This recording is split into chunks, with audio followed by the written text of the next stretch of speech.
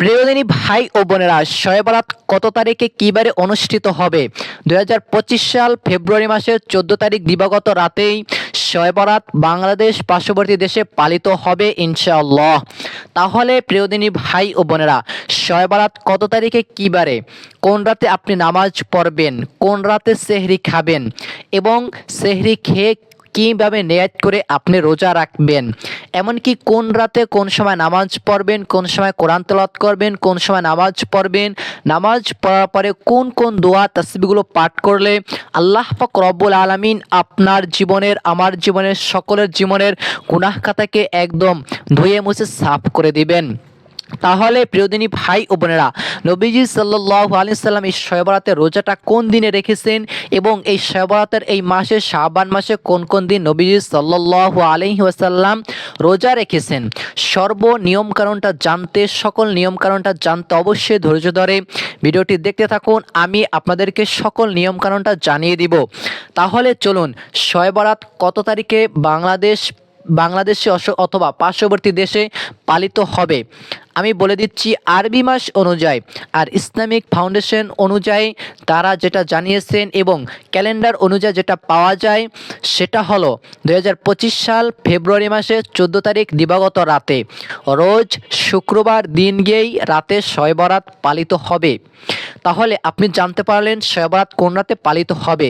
তাহলে আসুন, নবীজি সাল্লাল্লাহু আলাইহি সাল্লাম কোন দিনে রোজা রাখতেন? নবীজি সাল্লাল্লাহু আলাইহি ওয়াসাল্লাম এই শাবান মাসে প্রতি সপ্তাহে 2টা রোজা রাখতেন। একটা হলো সোমবার আর একটা হলো বৃহস্পতিবার। এই 2টা দিনে তিনি রোজা রাখতেন। তারপরে আপনি যদি চান যে এর থেকে বেশি এই মাসে আরও রোজা আছে কি না, আপনি প্রতি সপ্তাহে 2টা রোজা রাখতে পারেন, সোমবার আর একটা হলো বৃহস্পতিবার। নবীজি সাল্লাল্লাহু আলাইহি ওয়াসাল্লামকে সাহাবীরা প্রশ্ন করলেন, ইয়া রাসূলুল্লাহ, ইয়া হাবিবাল্লাহ, আপনি কেন সোম এবং বৃহস্পতিবারে রোজা রাখেন? নবীজি সাল্লাল্লাহু আলাইহি ওয়াসাল্লাম উত্তরে বললেন, তোমরা কি জানো এই সোম এবং বৃহস্পতিবার এমন দিন, এমন রাত, এই দিনে স্বয়ং আল্লাহ পাক রব্বুল আলামিনের সামনে প্রত্যেক বান্দার আমল নামাকে উপস্থাপন করা হয়। তাহলে আপনি চাইলে সোম এবং বৃহস্পতিবারে 2টা রোজা রাখতে পারেন। তারপরে 3টি রোজা প্রতি মাসে নবীজি সাল্লাল্লাহু আলাইহি ওয়াসাল্লাম রাখতেন। প্রতি আরবি মাস হিসাব করে 3টা রোজা তিনি রাখতেন। সেটা হলো 13, 14, 15। আবারও বলে দিচ্ছি 13, 14, 15। আর এই ফেব্রুয়ারি মাসে আইয়ামে বীজের রোজাটা যদি রাখতে পারেন, তাহলে যে ব্যক্তি 3টা রোজা রাখলো প্রতি মাসে আইয়ামে বীজের রোজা, সে যেন 1 মাস রোজা রাখলো, 1 মাস রোজা রাখার সওয়াব পেল। সুবহানাল্লাহ। এমনকি শাবান মাসে যে ব্যক্তি 3টা রোজা রাখবে, আল্লাহ পাক রব্বুল আলামিন তাকে কাল কিয়ামতের দিন জান্নাত দান করবেন। আর রোজার পুরস্কার হবে স্বয়ং আল্লাহ পাক রব্বুল আলামিন নিজেই নিজের হাতে, এই যে রোজা রাখবো আমরা, এই রোজার পুরস্কারটা আল্লাহ পাক রব্বুল আলামিন নিজেই দিয়ে দেবেন। সুবহানাল্লাহ। তাহলে আপনি যদি আইয়ামে বীজের রোজাটা রাখতে চান, তাহলে আরবি মাস হিসাব করে 13, 14, 15। আবারও বলে দিচ্ছি 13, 14, 15। এই 3টে রোজা আপনি রাখতে পারবেন। 3টে রোজা রাখলে আপনার জন্য আল্লাহ তাআলা আপনাকে একটা জান্নাত দান করবেন। এই রোজার পুরস্কারটা আল্লাহ পাক রব্বুল আলামিন নিজ হাতে দিবেন এবং এই 3টি রোজা যদি আপনি রাখেন, এই 1 মাস রোজা রাখার সওয়াব পেয়ে যাবেন। সুবহানাল্লাহ। তাহলে আপনি চাইলে আইয়ামে বীজের এই 3টা রোজা রাখতে পারেন। আর শবে বরাতের রোজাটা কোন দিনে রাখবেন সেটা আমি বলে দিচ্ছি। শবে বরাতের রোজাটা আপনি এই যে 15 তারিখের যে রোজাটা, এই রোজাটা রাখলে আপনার আইয়ামে বীজের যে রোজা 3টা, 13, 14, 15, এই 3টে রোজা রাখলে আপনার আইয়ামে বীজের রোজাটাও রাখা হয়ে যাবে আলহামদুলিল্লাহ। তাহলে এই 3টে রোজা রাখবেন। এখন আসুন, শবে বরাতে আপনি কোন দিনে নামাজ পড়বেন। আবারও বলে দিচ্ছি 2025 সাল ফেব্রুয়ারি মাসের 14 তারিখ শুক্রবার দিন গিয়ে যে রাত্রটা আসবে, শনিবারের রাত্র বলা হয় আরবি মাস অনুযায়ী। শনিবারের রাত্র, এই রাত্রটাই হচ্ছে শবে বরাতের রাত্র। ফেব্রুয়ারি মাসের 14 তারিখ দিন হচ্ছে শুক্রবার, রোজ শুক্রবার দিবাগত রাতে, শুক্রবার যখন শেষ হয়ে যাবে তারপরে যে রাত্রটা আসবে, এই রাত্রই হচ্ছে শবে বরাতের রাত্র আলহামদুলিল্লাহ। তাহলে এই রাত হচ্ছে এমন রাত, হযরত আব্দুল্লাহ ইবনে ওমর রাদিয়াল্লাহু তাআলা আনহু থেকে বর্ণিত, 5টি রাত এমন আছে, এই 5টি রাতে যদি আল্লাহ তাআলার কাছে বান্দা মাফ চায়, আল্লাহ তাআলা বান্দাকে মাফ করে দেন। বান্দা যদি ঋণগ্রস্ত হয়ে থাকেন, আল্লাহ তাআলা তাকে ঋণ দেওয়ার তৌফিক দান করে দেন, ওই পরিমাণ সম্পদ দিয়ে দেন যাতে সে যেন ঋণ থেকে মুক্তি পেতে পারেন। আর সেই রাত্রগুলো হচ্ছে, হ্যাঁ, তারপরে যাদের সন্তান হয় না, আল্লাহ তাআলা তাকে সন্তান দান করেন। আর সেই 5টি রাতের 1 নম্বর রাত হলো রোজ জুমাবারের রাত্র। তারপরে 2 নম্বর হচ্ছে রজব মাসের প্রথম রাত্র। 3 নম্বর রাত্র হচ্ছে শাবান মাসের মধ্যবর্তী রাত্র, মানে 14 তারিখ দিন গিয়ে 15 তারিখে যে রাত্রটা আসবে রাত্র। তারপর আর 2টা রাত্র হলো ঈদ উল ফিতর, ঈদ উল আজহা। এই 5টি রাত হচ্ছে খুবই ফজিলাতপূর্ণ এবং গুরুত্বপূর্ণ। এই 5টি রাতে আল্লাহ তাআলার কাছে বান্দা যেই দোয়াই করে, যেই আশাই করে, আল্লাহ তাআলা কবুল করেন। সুবহানাল্লাহ। তাহলে প্রিয়দিনী ভাই ও বোনেরা, আশা করি জানতে পারলেন। এখন আসুন, আপনি কিভাবে নামাজ পড়বেন, নামাজের নিয়াত কিভাবে করবেন, আর শবে বরাতের রোজার নিয়াতটা কিভাবে করবেন। সর্বপ্রথমে আমরা জানব এই যে শবে বরাতের নামাজ আপনি পড়বেন। আমি বলবো শবে বরাতের দিনটা বা রাত্রটা যখন আসবে, আপনি মাগরিব থেকে এশা পর্যন্ত কোরআন শরীফ তেলাওয়াত করবেন। কোরআনের ছোট ছোট সূরা অথবা সূরা ইয়াসিন, আর রহমান, এই সকল যাবতীয় সূরা আপনি পড়লেন।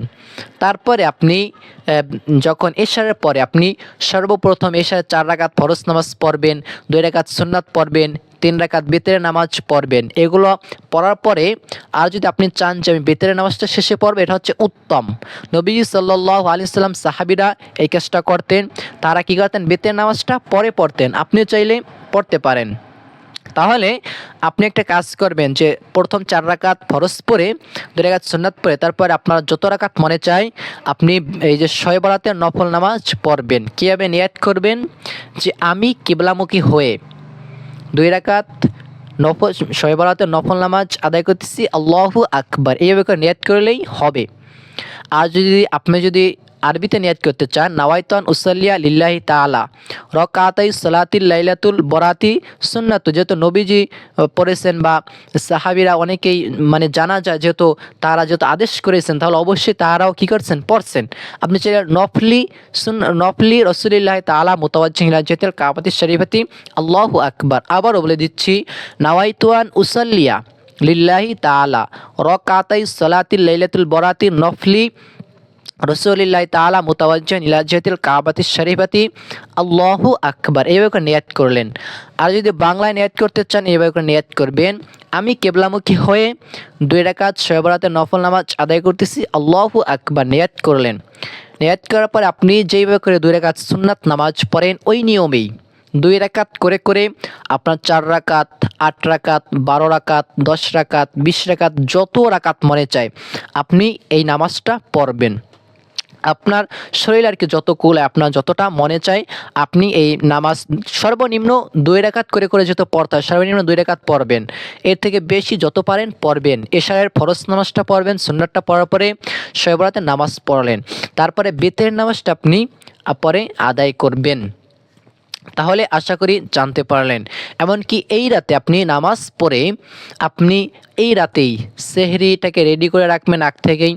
ওই রাতে আপনি সেহরির টাইম ধরে ভোর রাত দেখবেন যে কয়টায়, যেহেতু জেলা অনুযায়ী টাইম হয়, তাই আপনার জেলাটা আপনি একটু গুগলে সার্চ করে অথবা মুসলিম ডে একটা অ্যাপস আছে, এই অ্যাপসটার মাধ্যমে আপনি চাইলে বের করে নিতে পারবেন যে আপনি কোন জেলায় আছেন, আপনার ওই টাইমটা কতটা, মানে ওই টাইম কতটায় সেহরির টাইম হবে, শেষ হবে, আবার কয়টায় সেহরির টাইম হবে, কয়টায় শেষ হবে, কয়টায় ইফতারের টাইম হবে, আপনার জেলা অনুযায়ী আপনি একটু কষ্ট করে বের করে নেবেন। যদি আমি যে জেলায় থাকি এই জেলাটা যদি বলি, তাহলে আপনারটা কী করবে না, মেলবে না, সেক্ষেত্রে আপনি ভুল করতে পারেন। আর আপনারা একটা কাজ করতে পারেন, আপনার মহল্লা অথবা আপনার গ্রামে, আপনার এলাকায় যখন আজান দিবে তখন চাইলে আপনি ইফতার খুলতে পারেন, তাতেও সমস্যা নেই। যখন 4-5টা বা সব জায়গায় যখন আজান দিয়ে দিবে তখন ইফতারি খুলবেন। হ্যাঁ, তবে একটু লক্ষ্য রাখতে হবে, অনেক মসজিদ আছে যারা টাইম হওয়ার আগে কিনা ভুলে বা অযথা মানে জানে না মুরব্বি, এই জন্য আজান দিয়ে দেয়। এটা একটু লক্ষ্য রাখতে হবে যেন টাইমটা একুরেট থাকে। যখন মনে করবেন যে 4-5টা মসজিদে, বেশিরভাগ মসজিদে আজান দেওয়া হয়ে গেছে, তখন আপনি ইফতার খুলবেন। আর চেষ্টা করবেন যে যখন ফজরের আজান দিবে তার 5 থেকে 10 মিনিট আগ থেকেই ইফতারটা বন্ধ করে দিবেন, যেহেতু টাইম পর্যন্ত আপনি খেতে পারেন। আর এইভাবে করে নিয়ত করবেন যে আমি আল্লাহ তাআলার সন্তুষ্টির জন্য শবে বরাতের রোজা রাখিলাম, এভাবে করে নিয়ত করলে হয়ে যাবে। আর যদি আরবিতে নিয়ত করতে চান, নাওয়াইতু আন আসুমা গদাম মিন শাহরি রমাদানাল মুবারাকি নফলি ইয়া আল্লাহু ফাতাকাব্বাল মিন্নি ইন্নাকা আনতাস সামিউল আলিম। যেহেতু এটা নফল, তাই আপনাকে নফল বলতে হবে। নফল রোজা তো আপনি নফল বলবেন। তাহলে আশা করি জানতে পারলেন। এখন আসুন, আপনি নামাজ পড়লেন, নামাজ পড়ার পরে আপনি কোন জিকিরগুলো করবেন। দেখেন, আপনি সুবহানাল্লাহ সুবহানাল্লাহ এই জিকিরটা আপনি 33 বার করলেন। তারপর আলহামদুলিল্লাহ আলহামদুলিল্লাহ, সঠিকভাবে আলহামদুলিল্লাহ, দেখেন আলহামদুলিল্লাহ এইভাবে করে করবেন, এটা ভুল। আলহামদুলিল্লাহ আলহামদুলিল্লাহ, তারপরে আল্লাহু আকবার। অনেকে আছি আমরা আল্লাহু আকবার আল্লাহ, এটা ভুল, এটা এইভাবে জিকির করবেন না। আল্লাহু আকবার, আবারও বলে দিচ্ছি আল্লাহু আকবার, এইভাবে করে ভদ্র সহকারে আপনি জিকির করবেন। 33 বার সুবহানাল্লাহ পড়লেন, 33 বার আলহামদুলিল্লাহ পড়লেন, 34 বার আল্লাহু আকবার পড়লেন। তারপরে আপনি গুনাহ মাফের যে দোয়াগুলো আছে, হ্যাঁ, এই রব্বিনি জলামতু নাফসি ফাগফির, এই দোয়াটা পড়তে পারেন। তারপরে যেন রিজিক বৃদ্ধি হয়, আল্লাহ তাআলা যেন দুনিয়া থেকে যেন দুনিয়াতে শান্তি, আখিরাতে মুক্তি দান করেন, জাহান্নামের আগুনকে মাফ করেন, সেই দোয়াটা পাঠ করবেন। দোয়াটা হচ্ছে রব্বানা আতিনা ফিদ দুনিয়া হাসানাতাও ওয়া ফিল আখিরাতি হাসানাতাও ওয়া কিনা আযাবান নার, এই দোয়াটা পাঠ করতে পারেন। এরপরে আরও অনেক দোয়া আছে, বেশি বেশি করে ইস্তিগফার পাঠ করতে পারেন। আস্তাগফিরুল্লাহ আস্তাগফিরুল্লাহ, এই ইস্তিগফারটাও আপনি বেশি বেশি করে পাঠ করতে পারেন। তারপরে সর্বোত্তম হচ্ছে দুরূদ শরীফ পাঠ করা, দুরূদ শরীফও বেশি বেশি করে পাঠ করতে পারেন। সাল্লাল্লাহু আলাইহি ওয়াসাল্লাম সাল্লাল্লাহু আলাইহি ওয়াসাল্লাম, যে ব্যক্তি একটিবার দুরূদ শরীফ পাঠ করে আল্লাহ পাক রব্বুল আলামিন তাকে 10টি বরকত দান করেন। এমনকি তার জীবন থেকে 10টি বড় বড় বিপদকে দূর করে দেন। তার 10টি কঠিন বিপদ এবং তার 10টি মহামারী, 10টি খারাপ চিন্তা, 10টি যত রোগ ব্যাধি যা কিছু আছে, আল্লাহ তাআলা এইভাবে করে 10টি করে দূর করে দেন। সুবহানাল্লাহ। এমনকি যে ব্যক্তি দুরূদ শরীফ পাঠ করে নবী সাল্লাল্লাহু আলাইহি সাল্লামের রওজায় দুরূদটাকে নিয়ে যাওয়া হয়, উপস্থাপন করা হয়, তার নাম সহ, তার গ্রামের নাম সহ, তার বাবার নাম সহ নবীজি সাল্লাল্লাহু আলাইহি ওয়াসাল্লামের রওজা পাকে নিয়ে যাওয়া হয়। তাহলে আপনি দুরূদ শরীফের আমল বেশি বেশি করে করতে পারেন। এইভাবে করে হাদিস এবং কোরআনের ভিতরে আরও অনেক দোয়া পাওয়া যায়। আপনি চাইলে যে কোনো দোয়া পাঠ করতে পারেন। অথবা আদম আলাইহিস সালাম যে দোয়াটি পাঠ করেছিলেন, আল্লাহ তাআলা তাকে এবং আমাদের মা হাওয়া আলাইহিস সালামকে মাফ করে দিয়েছিলেন, ওই দোয়াটাও পাঠ করতে পারেন। দোয়াটি হলো রব্বানা যালামনা আনফুসানা ওয়া ইল্লাম তাগফির লানা ওয়া তারহামনা লানাকুনান্না মিনাল খাসিরিন, এই দোয়াটাও পাঠ করতে পারেন। এইভাবে করে কোরআন এবং হাদিসের ভিতরে যত দোয়া জিকির আজকার আছে, এগুলো আপনি চাইলে করতে পারেন। তাহলে প্রিয়দিনী ভাই ও বোনেরা, ভালো থাকুন, সুস্থ থাকুন। আমি চেষ্টা করেছি শবে বরাত সম্পর্কে অনেক কিছু আপনাকে জানানোর, জানি না কতটুকু পেরেছি। তবে এইভাবে করে আপনি জিকির আজকার করে তারপর আপনি মোনাজাত দিবেন, আপনার মতো করে আপনি বাংলাতে মোনাজাত করবেন। অবশ্যই আল্লাহ তাআলা আপনার দোয়াকে কবুল করবেন। আপনার ন্যাক উদ্দেশ্য, মনের আশা বাসনা আল্লাহ তাআলা কবুল করুন। আপনাদের জন্য সুস্বাস্থ্য ভালো কামনা করে আমি এই জায়গায় বিদায় নিচ্ছি। আসসালামু আলাইকুম ওয়া রাহমাতুল্লাহ।